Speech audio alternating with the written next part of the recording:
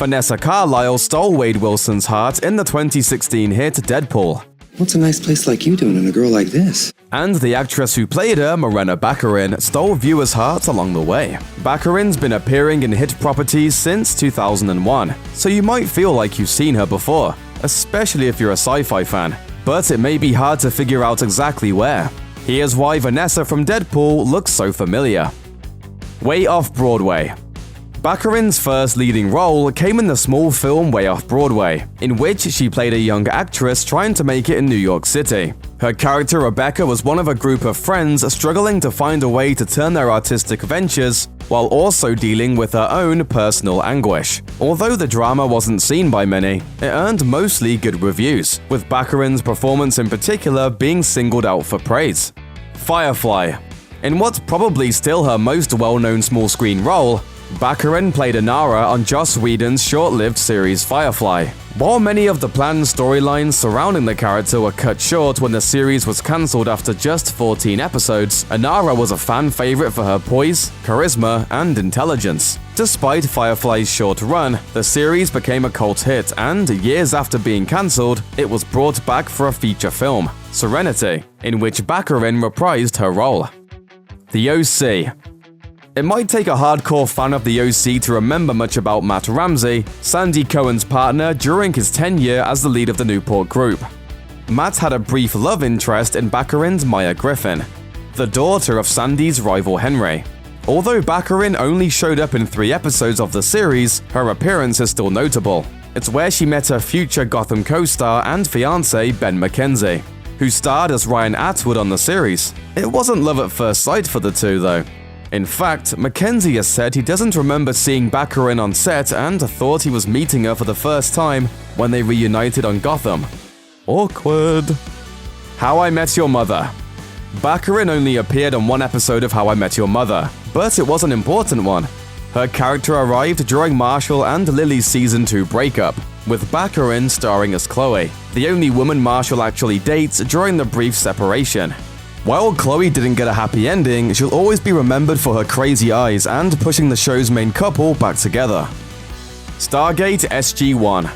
With Firefly, Baccarin developed a following in the sci-fi community, one she expanded with her next few roles. Her first step back into genre fare came in Stargate SG-1. The actress played the villainous Adria for 5 episodes of the series and briefly reprised the role in the movie Stargate: The Ark of Truth. In addition to serving as her next big sci-fi role, Stargate was also Baccarin's first real chance to play a villain, a side she'd explore in some of her later roles. V. Baccarin's next big role also involved playing a sci-fi bad guy, this time in the ABC series V. The revival of the high-concept 80s TV hit featured Baccarin as Anna, the queen of an invading alien species. Baccarin earned multiple Saturn Award nominations and a Scream Award nomination for her work. Unfortunately, the series was plagued by low ratings and high production costs, and was cancelled before it could reach a 3rd season. Guest starring roles. Like many actors, Baccarin has made the guest starring rounds on TV, appearing on shows like Heartland, Numbers, Medium, and The Good Wife, in addition to a multi-episode arc on The Mentalist as a murderous matchmaker. Super fans of It's Always Sunny in Philadelphia may also recognize Baccarin from the show's unaired pilot, in which she played the transgendered Carmen. Baccarin said she appeared in the episode because she was college friends with writer and star Glenn Howerton, but she unfortunately wasn't able to continue with the series due to other commitments. Homeland. Baccarin earned an Emmy nomination for her Homeland performance as Nick's wife, Jessica, appearing consistently throughout the series' first and second series.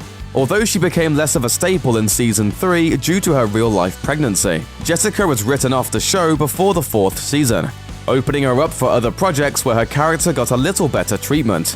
Still, despite the fact that fans didn't enjoy her character, Baccarin demonstrated her dramatic chops and earned a major award nomination to boot. Back in the day.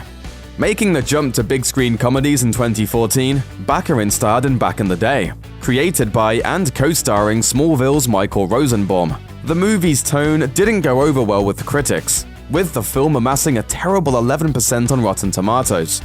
Fortunately, it didn't completely sink Baccarin's comedy career. Spy. Baccarin's rebound came in the form of Spy, a hit comedy that sits at a much more impressive 94% on Rotten Tomatoes. In the movie, Baccarin plays Karen Walker, the perfect super spy and a rival to Melissa McCarthy's Susan. A solid comedy showcase for Baccarin, Spy was also one of her most notable pre-Deadpool big screen roles, proving the TV star could work in a big-budget blockbuster. Gotham.